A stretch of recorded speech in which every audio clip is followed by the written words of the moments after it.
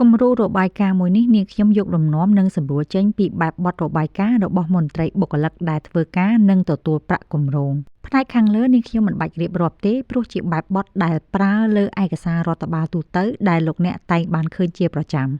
ចំពោះផ្នែកកណ្ដាលជាការសរសេររៀបរាប់បែបសង្ខេបពីអ្វីដែលលោកអ្នកបានធ្វើក្នុងមួយខែហើយវាជាភារកិច្ចដែលលោកអ្នកត្រូវទទួលខុសត្រូវដែលបានកំណត់ដោយស្ថាប័នពេលដែលលោកអ្នកត្រូវបានជ្រើសរើសឲ្យចូលបំពេញភារកិច្ចនេះមកដល់ផ្នែកបន្ទាប់ជាការងាររបស់ថ្នាក់លើដែលត្រូវបានចាត់តាំងដោយស្ថាប័នដើម្បីមានសិទ្ធិអំណាចដាក់ពិន្ទុឲ្យលោកអ្នកនិងកំណត់បរិមាណប្រាក់ឧបត្ថម្ភសម្រាប់ខែដែលលោកអ្នកធ្វើរបាយការណ៍មួយនេះចំពោះតួលេខភាគរយប្រាក់ឧបត្ថម្ភនាងខ្ញុំគ្រាន់តែដាក់ជាឧទាហរណ៍ទេលោកអ្នកអាចកែតាមភាពជាក់ស្ដែងបានប្រសិនបើលោកអ្នកយកគំរូនេះទៅប្រើប្រាស់ផ្នែកបញ្ចប់នៃរបាយការណ៍មិនខុសពីរបាយការណ៍ប្រជុំទេចុងខាងស្ដាំជារបស់ម្ចាស់របាយការណ៍ដូច្នេះត្រូវដាក់ថារាយការណ៍ដោយបន្ទាប់មកចុះហត្ថលេខារួចដាក់ឈ្មោះមុខតំណែងហើយនៅថ្ងៃខែឆ្នាំធ្វើរបាយការណ៍រួចហើយបញ្ជូនទៅថ្នាក់លើឲ្យគាត់ជួយពិនិត្យមើលខ្លឹមសារថាពិតជាត្រឹមត្រូវឬទេបើត្រឹមត្រូវហើយចុះហត្ថលេខារួចបញ្ជូនទៅថ្នាក់ដឹកនាំដើម្បីចុះហត្ថលេខាអនុម័ត